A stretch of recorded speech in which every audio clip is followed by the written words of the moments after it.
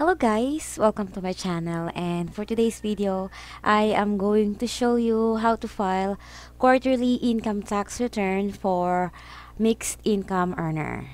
Ang mixed income ay employed ka and at the same time ay registered ka sa BIR as self-employed.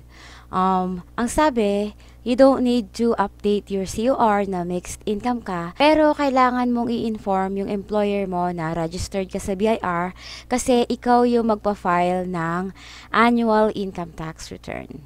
Kailangan mo pa rin continuous mag-file ng quarterly income tax return, and then for the final quarter, para sa annual, doon mo pagsasamahin yung income mo for both. Bibigyan ka ng form 2316 form ng company para ilalagay mo doon sa income tax return mo. First, second, and third quarter, magpa-file ka ng quarterly income tax return para sa income mo as self-employed.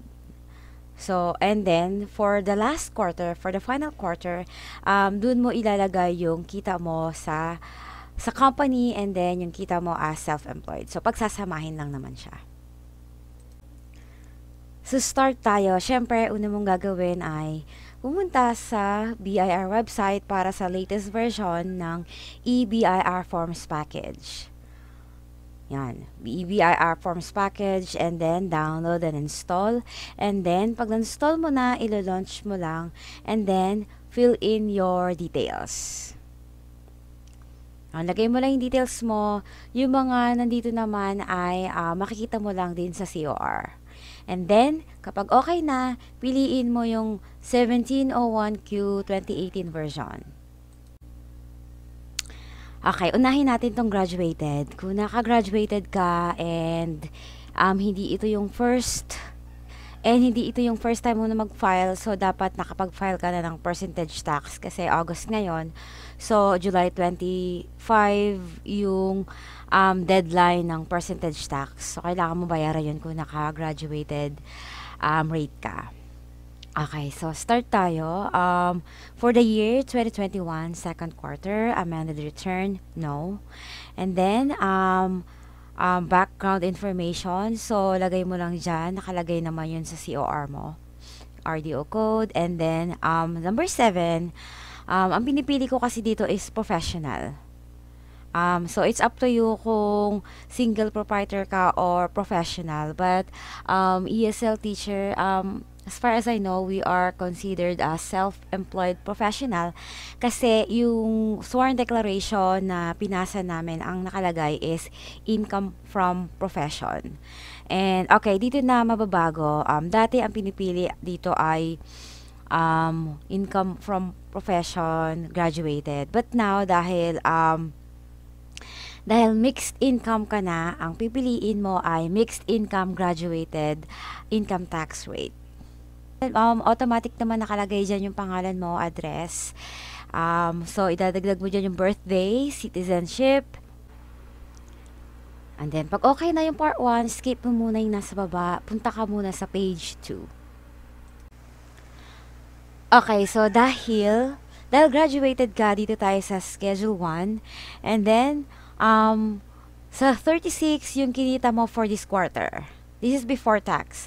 Yung kinita mo is, for example, ay 20,000 lang kasi nga meron ka ng ibang work and konti na lang yung kita mo. Say, for example, 20,000. So, ilalagay mo dyan. And then, grade out yung 37, 38, 39, 40. And then, so 41 is yung total niya. So, dahil wala ka namang nabago, wala namang dinagdag, is 20,000 pa rin yung 41. Sa 42, kung halimbawa naman, self-employed ka from the first quarter and then second quarter ay mixed income ka na. So, ilagay mo yung kinita mo last quarter. So, kung first time mong magpa-file ng mixed income ay income tax return, so blank lang yan. Like halimbawa, employed ka before and then second quarter ka lang nag-start as mixed income. So, 0 lang to. And then, so, ito total siya sa 45. So, 80,000. Tax due wala kasi hindi naman lumagpas ng 250K pa. So, kaya wala kang babayaran for this quarter. Dito sa Schedule 3, dito ilalagay yung sa 55, kung sa last quarter or last year, meron kang excess credits. So, ilalagay mo dyan. Like, sobra yung tax na binayad mo, meron ka pang credits, ilalagay mo dyan. Sa 56 is kung nagbayad ka na ng tax, income tax last quarter. So, ilalagay mo dito. Sa 57 naman, may mga company, like sa amin, sa company namin, kapag lumagpas ka na sa 250,000, kinakaltasan na kami ng 5%.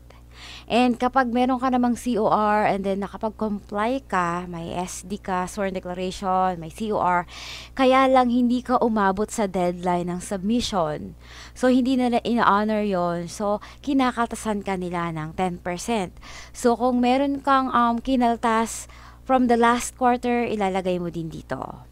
And then, for this quarter, kung kinaltasan ka ng company, and makikita mo naman kasi yun sa 2307, sa payslip, dapat may naka-attach din doon na 2307 para magre-reflect doon kung magkano yung mga na tax withheld, yung mga kinaltas nilang tax sa'yo. So, ilalagay mo lang yan dyan. 59 kung amended, so hindi naman to amended. And then, yun, dito imaliles yan kung may tax ka tapos kinaltasan ka, ililes yun dito. So may chance na bumaba yung babayaran mo, pero dahil wala naman tayong entry, 0 lang to. Pagbalik mo ng page 1, makikita mo doon kung magkano yung dapat mong bayaran. So, in this case, wala kang babayaran, kaya 0 yung nakalagay dyan. And then, yon, okay na. So, balik ka ng page 2, and then, click mo yung validate. Kapag hindi kompleto yung mga details mo, hindi siya mababalidate. So, kailangan lahat yan fill upan mo. And then, validate, save, and then, double check, and then submit. Submit mo, minsan nag-error siya. So, kailangan mo lang ulitin. And then, after a couple of minutes, makaka-receive ka ng email confirmation from the BIR. Usually, mga minutes lang siya. Kaya I always advise na mag-file mas maaga, mas maganda.